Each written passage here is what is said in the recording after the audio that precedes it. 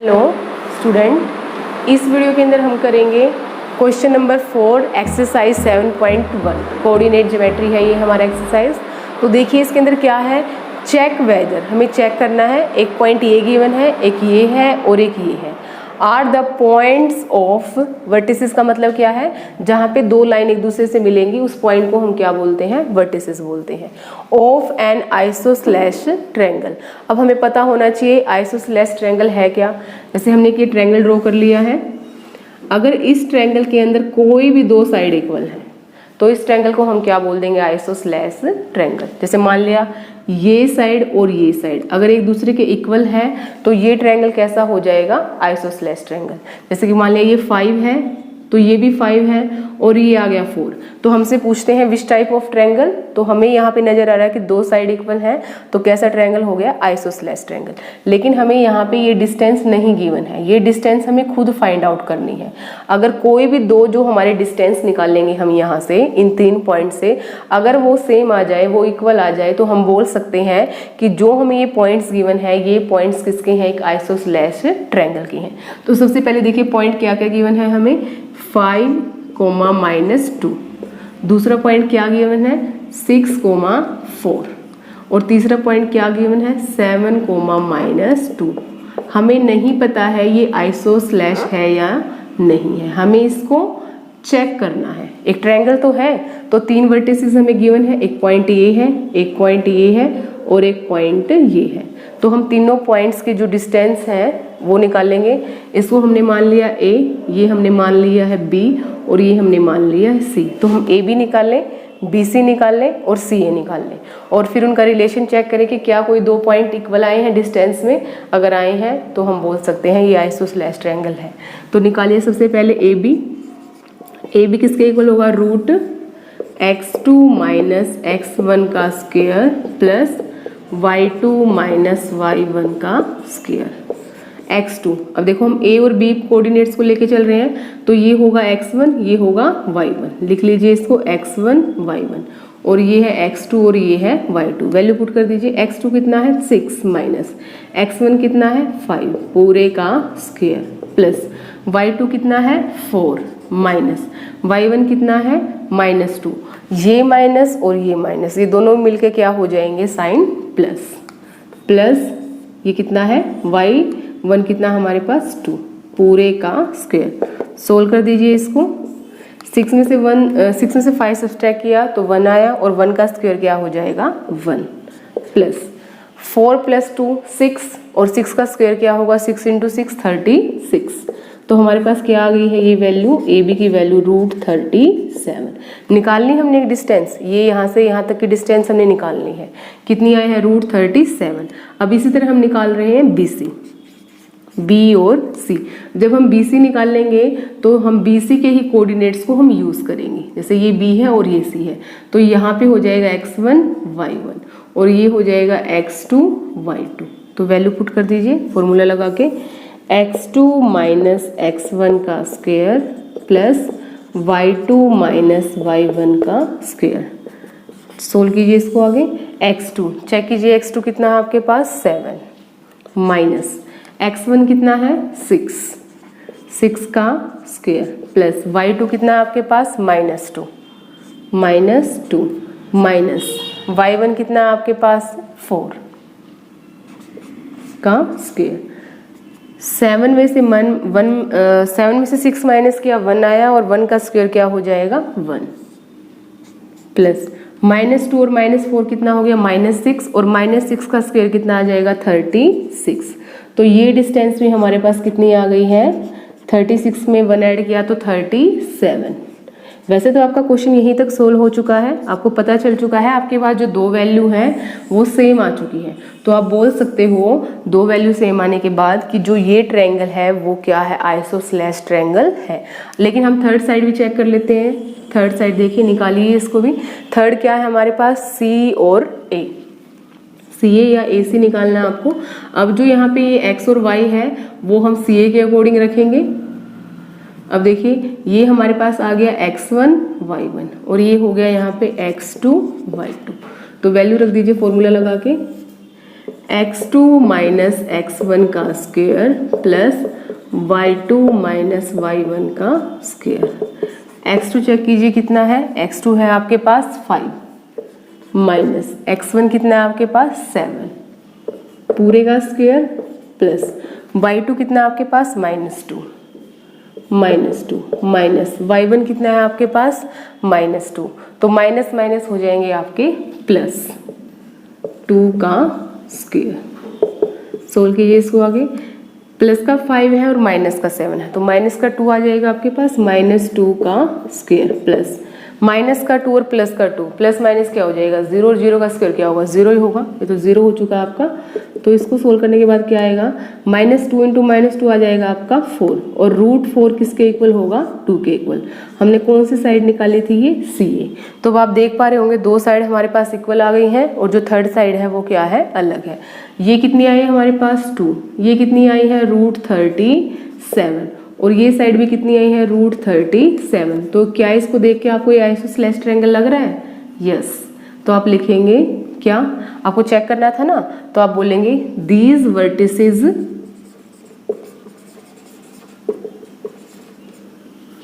Are of an isosceles triangle. ये किसके vertices हैं? आइसोसेलेस ट्रायंगल के, जहाँ पे हमारे पास जो दो साइड है AB वो किसके इक्वल आई है? BC के इक्वल आई है। AB कितनी आई है हमारे पास √37 और BC भी कितनी है √37 और जो थर्ड साइड है हमारे पास CA वो कितनी आई है 2। क्वेश्चन नंबर 5 देखिए क्या है। क्वेश्चन को मैं बुक में से रीड करूंगी, लेंथी क्वेश्चन है थोड़ा। इन अ क्लासरूम, एक ये क्लासरूम है, 4 students are seated at point ABCD। 4 student हैं, एक A स्टूडेंट है, B, C और D। 4 पॉइंट्स पे वो क्या है बैठे हुए हैं। 4 स्टूडेंट हैं, इन 4 पॉइंट्स पे वो क्या है बैठे हुए हैं।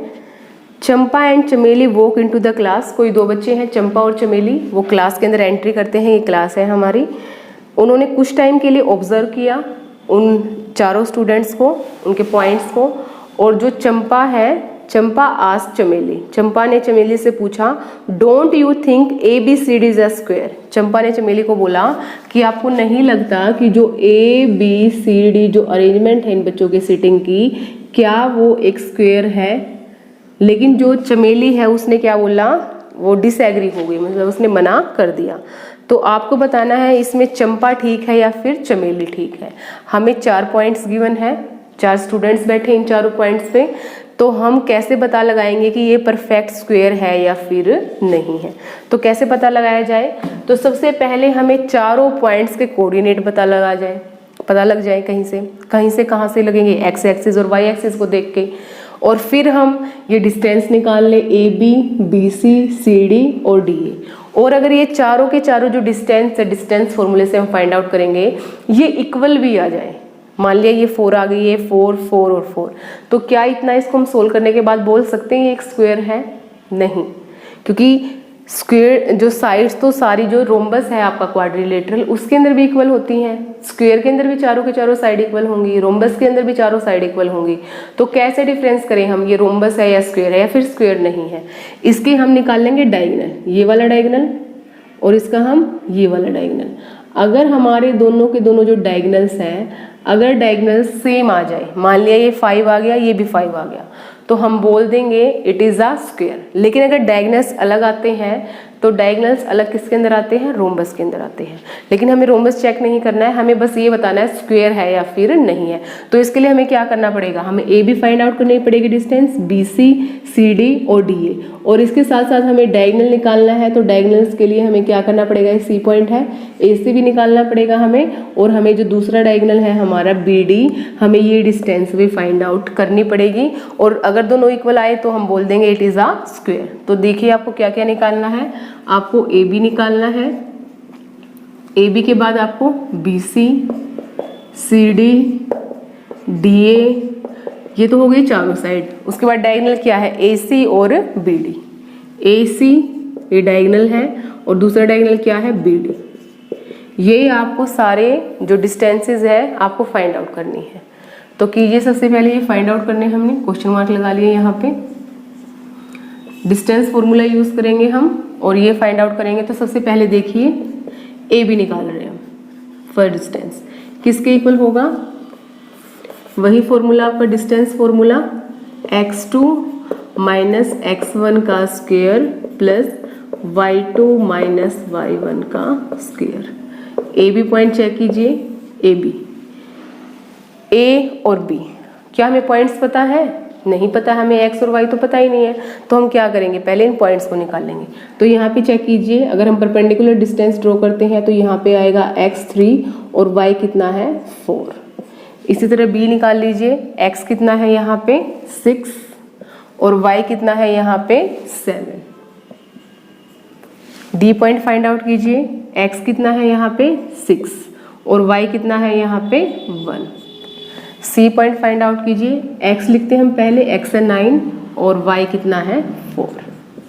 फाइंड आउट कर लिए, अब निकाल सकते हैं हम, यस। तो देखिए हम a और b डिस्टेंस को निकाल रहे हैं।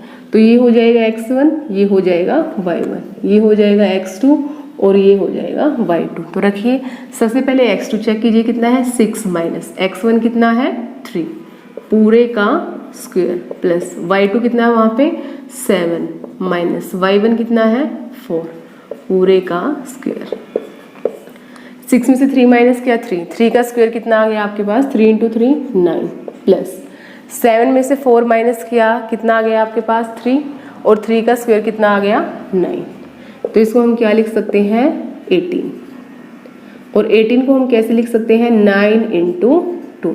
तो √9 × √2 और √9 किसके इक्वल होगा 3 के इक्वल होगा 3√2। तो डिस्टेंस कितनी आ गई हमारे पास 3√2।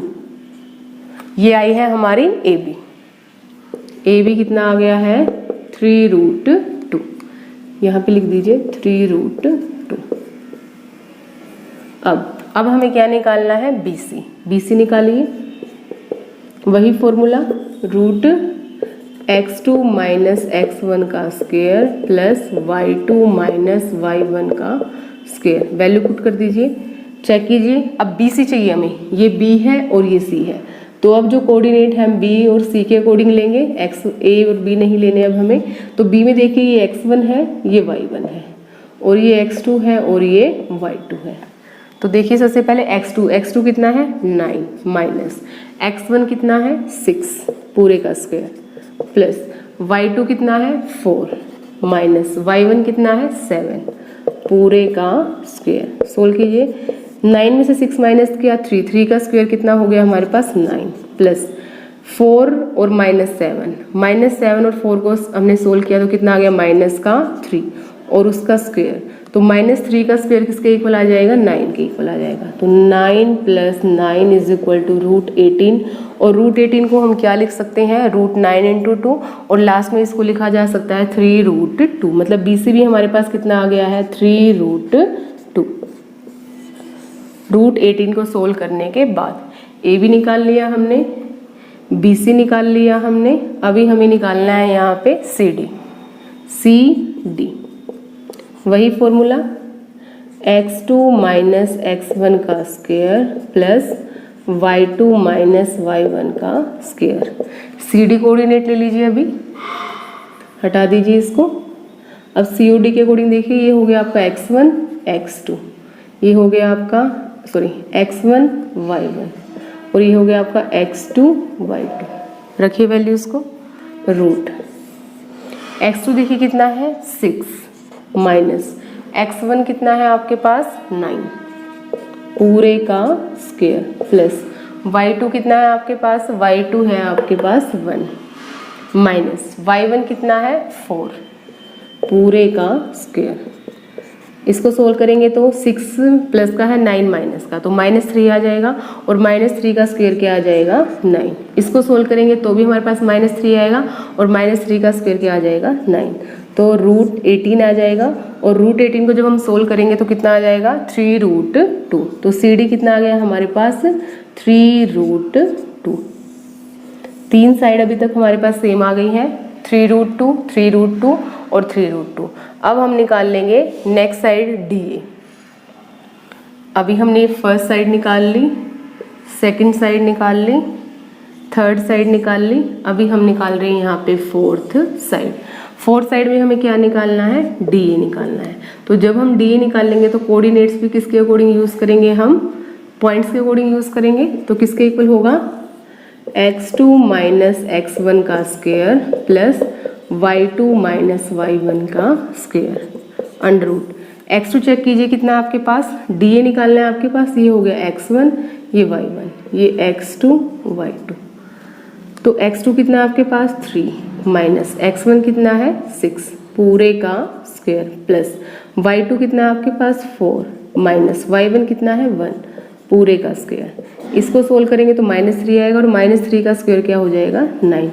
4 में से 1 माइनस किया 3 और 3 का स्क्वायर क्या हो जाएगा 9। तो √18 आ जाएगा। और जब √18 को सोल्व करेंगे तो हम क्या आएगा, सेम आएगा 3√2। 3√2। अब बताइए हम क्या निकाल चुके हैं, चार साइड्स तो हमने निकाल ली है और चारों के चारों साइड क्या आई हैं, इक्वल आई हैं, AB, BC, CD और DA। तो इन चारों साइड से हम कंक्लूजन नहीं बता सकते कि ये स्क्वायर ही होगा। स्क्वायर बताने के लिए हमें क्या चेक करना पड़ेगा, इसका डायगोनल भी चेक करना पड़ेगा। तो हम चेक कर रहे हैं अभी यहाँ पे डायगोनल।